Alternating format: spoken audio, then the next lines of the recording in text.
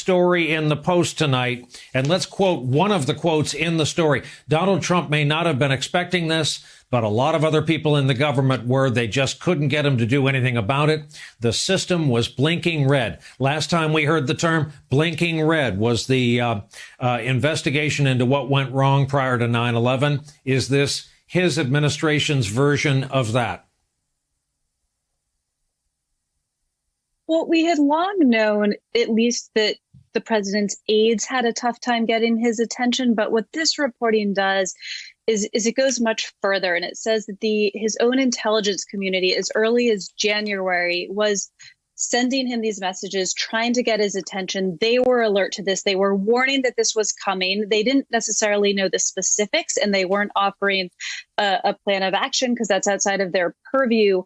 But it does say, much like with Bush on 9/11, that had the president been heeding these warnings, he could have taken action far, far sooner than he did.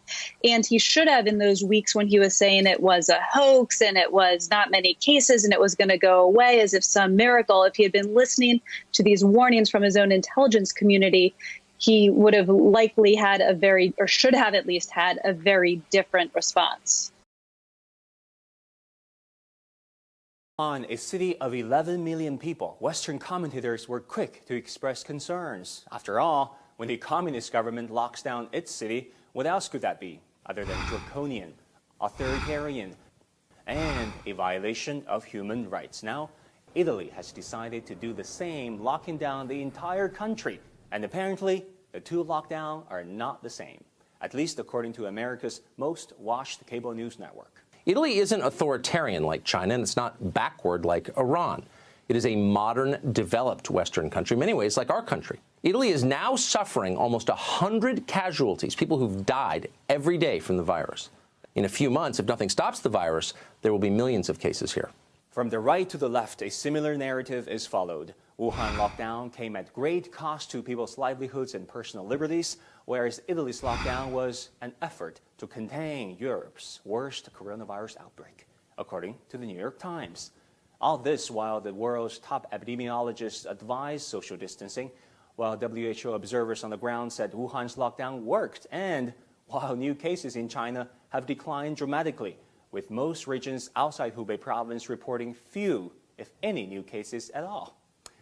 Besides double standards, there is an ongoing blame game too. Most recently from House Minority Leader Kevin McCarthy, who on March 9th called COVID-19 the Chinese virus, and right-wing media went one step further. An obscure virus arising from a meat market in eastern China to sicken American citizens in Oregon and New Hampshire and Illinois and Midtown Manhattan. It sounds ridiculous. Yes, the first cases were reported in Wuhan, China. And as Chinese, we do have a lot of introspection to do. There's no denying that. But factually, many, if not most of the cases currently in the U.S. were contracted locally, with the top 4 known sources being a cluster connected to a community in New Rochelle, New York, a nursing facility in Kirkland, Washington State, personal contact in the U.S., and a Diamond Princess cruise ship. Traveling in China ranked 15 as a source of contracting the virus.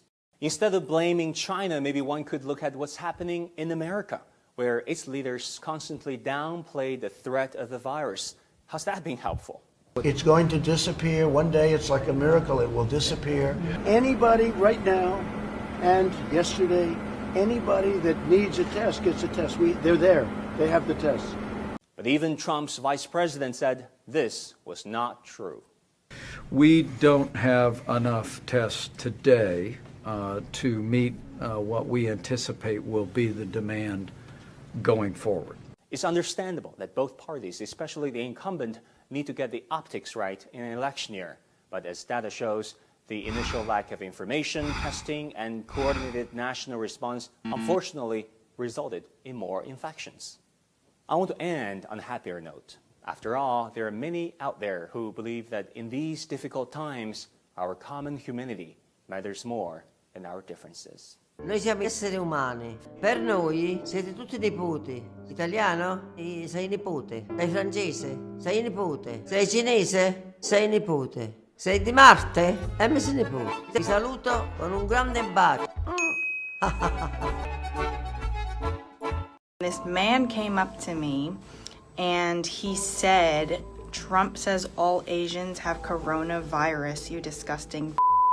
Actor Michael Toh co-created the sketch comedy Coughing While Asian to depict the, quote, overblown fear of Asian Americans because of coronavirus. I wish I got this many second looks when I was single. And yet, it's reality for many Asian Americans. Every disease has ever came from China, homie. Everything comes from China.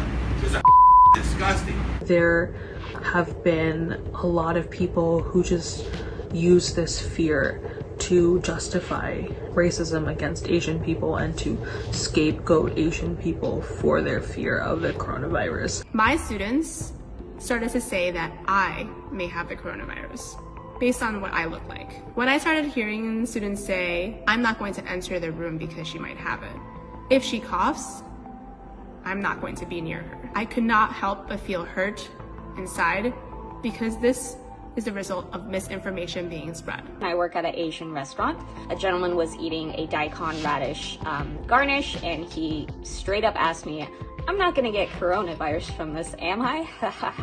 He was verbally attacking me, but then he opened up his soda bottle. He kept saying that he was gonna pour it on me. He called me a bunch of other things, and he kept making the motion that he was gonna pour it on me, and he started spitting at me as well. I looked around, of course nobody wanted to acknowledge that anything was happening. A good friend of mine and I went to a restaurant near our house. When we walked through the door, we were met with a very kind of awkward greeting, and I would even say cautious.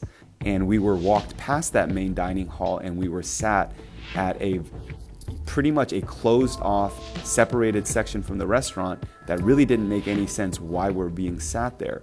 And that's when it clicked to me. I said, oh my gosh, I think we're being quarantined. And to validate my hypothesis about this, and about 8 minutes later, there was another table that got sat in that section, and it's only our two tables. It was two women of Asian descent. I work with kids as my job.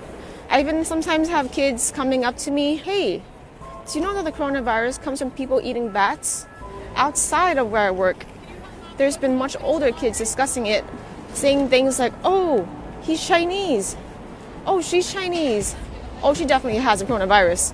It makes me feel very uncomfortable. I actually arrived back home to the United States after 9 long months of traveling overseas. I did what I thought I can do best, was to be cautious and wear a surgical medical face mask during my whole travel back home. I had passed immigration without the face mask. I took that off so that I can process through the screening easier. But once I put back on my face mask, that was where all the heads had turned. You know, girl of Asian descent wearing a face mask. I was told to go back to China, even though I am not of Chinese descent. I was in complete shock. They just kind of add to this myth of the perpetual foreigner, that Asian people are perpetual foreigners, even in a country that they were born in a country that they've lived in for many, many years. I understand that, yes, not everyone is looking at race, but you can't discount millions of people, Asian American, who are feeling those aggressions against them. I just want people to know that we're people as well. We are also scared. We don't want to get sick. It doesn't mean that you should single us out for something that really wasn't our fault. Yes, I am Asian. Yes, I am Chinese, and I'm really proud of that. But that does not make me have the coronavirus. It is a world health problem, and not only Asian people are susceptible to it. When we're under duress and stress, I think these kind of incidences are only going to get worse and more serious. Rather than microaggressions, I think they're going to be more aggressions and macroaggressions. We are all trying to be safe together. So people versus people, minority versus minority, racism versus racism is not going to help us. stock market has taken a big hit over the past few days. What can you do about that? And if the CDC is right in saying that the spread is inevitable, are you going to be dealing with stock market issues and economy issues for some time to come? Well, I really think the stock market is something I know a lot about. I think it took a hit maybe for two reasons. I think they look at the people that you watched debating last night and they say if there's even a possibility that can happen. I think it really takes a hit because of that. So it's important to note the stock market dropped almost 2,000 points before last night's Democratic debate. Just a point of order. Here tonight, Maya Wiley, former assistant U.S. attorney for the Southern District of New York, now with the New School here in New York, and Rick Wilson, longtime Republican strategist, co-founder of the Lincoln Project, a super PAC created by conservatives with the aim of defeating Trump and Trumpism. His new book is Running Against the Devil, a plot to save America from Trump and Democrats from themselves. Welcome to you both. And Rick, this puts us into some new territory. Sure. This was the president offering an alternate reality of a potential pandemic. What he may not be able to do is decide his own news here, because if you're living in suburban Cincinnati tonight, northern Kentucky perhaps, and they find local cases, you're going to hear about that on your local news. That's going to become your truth. Yep. And there's a case tonight being tested in Walton County, Florida, heart of Trump country. Yep. That's not going to be something you can just walk away from. If it turns out to be a real case, we're seeing these things popping up all over. The safe bet was always to say this could be bad. We'll do everything we can to stop it. But he can't stop himself from self-aggrandizing and lying about things. And it's actually, set aside my normal criticism of Trump, this is a danger to the country that he is not a trustworthy person for the American people. Even people who like him know he BS's them all the time. And now, if he says this is not a problem and people are being hospitalized, it's a problem. There is something called stewardship, which our presidents have usually felt that in office. I've got you. You, the American people, I've got you. This president decided to relitigate Nancy Pelosi today, went after her congressional district. He diminished Chuck Schumer from the podium, basically gave his reelection case. And think about what the topic was they were supposed to be discussing in there. Deny, deflect, and denounce. That's the way Trump leads. And unfortunately, and to Rick's point, and to your point about stewardship, that's not leadership. That's self-involvement, that's self-interest, and it's extremely dangerous. What's amazing to me is if Donald Trump is so smart about the stock market, why didn't he turn this into a story about how the stock market is irrational, is responding to fear, and he, as the leader of the free world, is here to tell everyone exactly what he's going to do to help ensure that the irrational stock market can start behaving more rationally. In other words, it's an opportunity for him to explain to the American people how it wasn't about him. It was about a virus that he doesn't control in the sense that it exists.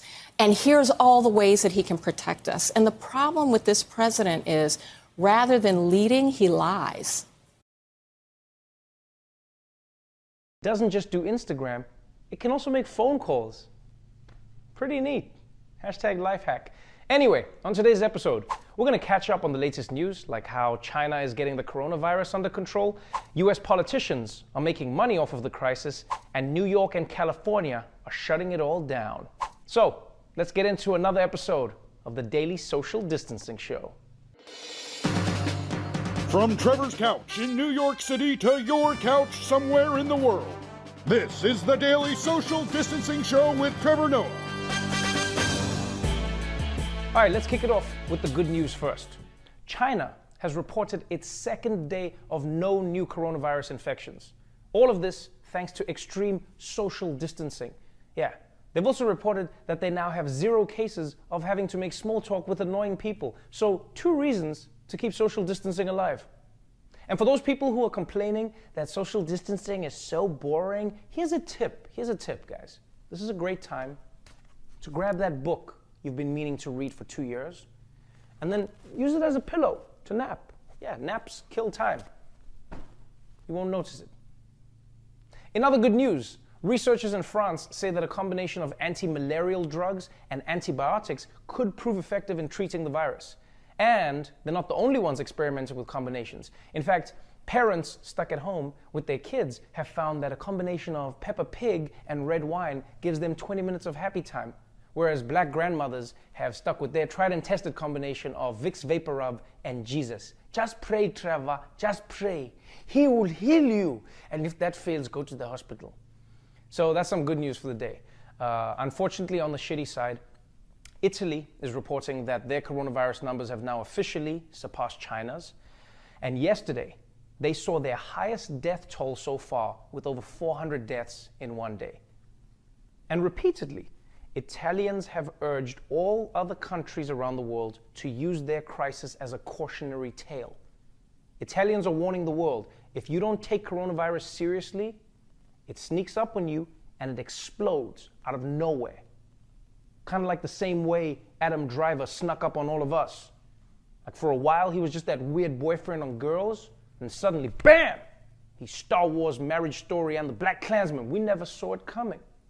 So every country needs to heed Italy's warning. And if there's one country that has a horrible track record of heeding warnings, it's the United States. Because it just came out that America hasn't even been heeding its own warnings. Yeah, leaked documents show that the Department of Health and Human Services ran a simulation of this exact type of crisis just last year, showing that a respiratory virus starting in China could easily jump and spread into the United States. So the federal government had a model that showed this exact scenario, how it would almost exactly happen, but it got almost no attention from Trump's White House. And that's probably the first time Trump has ever ignored a model in his life. In fact, normally it's a model who's ignoring him.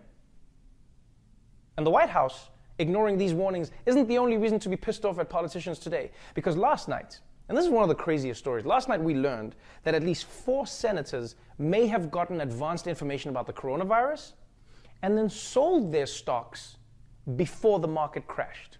Yeah. Now, these senators say that them making money off of this coronavirus information is all a coincidence, but come on, people, really? Yeah, you got top secret corona information, and then you just happen to dump your stocks that get affected by coronavirus? Get the fuck out of here, man. This would be like if the captain of the Titanic was just walking around in a life vest before hitting the iceberg, like, don't worry, everyone, I'm just wearing this as a fashion accessory. Now please enjoy the buffet. Everything is normal. And that's another reason we should all be pissed off right now. Politicians knew months ago how bad this thing would be. But in public, they were acting like everything was cool. Like, I don't like that they made some money on the stock market, but I hate that they were telling us it was okay to lick doorknobs until like yesterday. And those aren't the only politicians pissing people off right now, because yesterday, the White House and Mitch McConnell proposed a stimulus package that would give direct financial assistance to the middle class. $1,200 per person, which sounds great, right? But the catch is that for those people who are really poor, they only get $600, which is insane. The people who need help the most are gonna get less money? How does that make any sense? Huh? That would be like a firefighter driving past the burning house to first go blow out someone's birthday candles. I'll save your house later, but Claire is turning 25. And the reason it's so important for the government to help people who earn the lowest incomes is because coronavirus is already starting to cost people their jobs. People who work in office jobs might be able to work from home, but many people who work hourly have already been laid off. In fact, Treasury Secretary Steve Mnuchin estimated the unemployment rate could go all the way up to 20%. That's really scary when you think about it. Just imagine that many people not working. And not like Ivanka not working. I'm talking like real not working. Now, one good piece of policy news that came out today is that the IRS announced the annual tax filing deadline will be delayed for 3 months, from April 15th to July 15th. So yes, that's really big news. The IRS actually pushed back tax day, or as billionaires call it, the what day? Tax? Is that a word? I'm actually glad they're pushing back tax day. And I think what they also need to do is move April Fool's Day. Because because coronavirus is not going to be a great time to make pranks. Guess what, honey? They found a cure for coronavirus. You can go outside. Yay! Ha-ha! April Fools. We can never leave. All right, I'm going to go poop in the bathroom with the door open. I love you.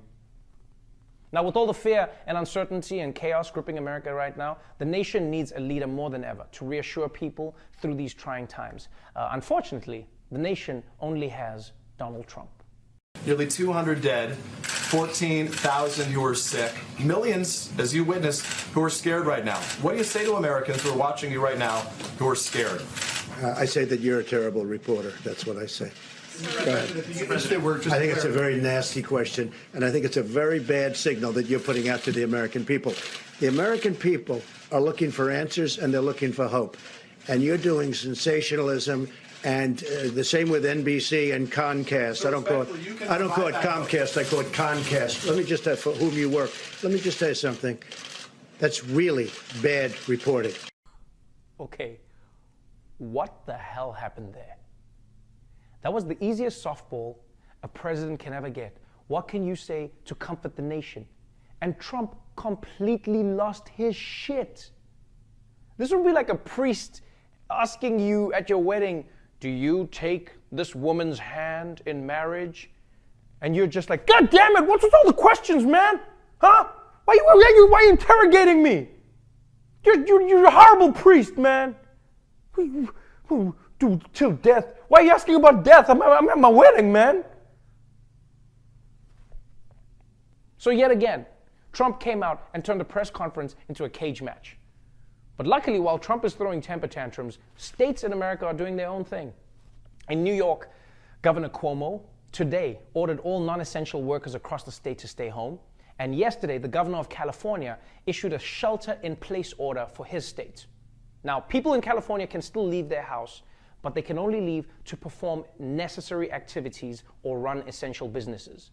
And according to the official guidelines, essential businesses can include things like grocery stores, pharmacies, gas stations, and this is a real one, marijuana dispensaries.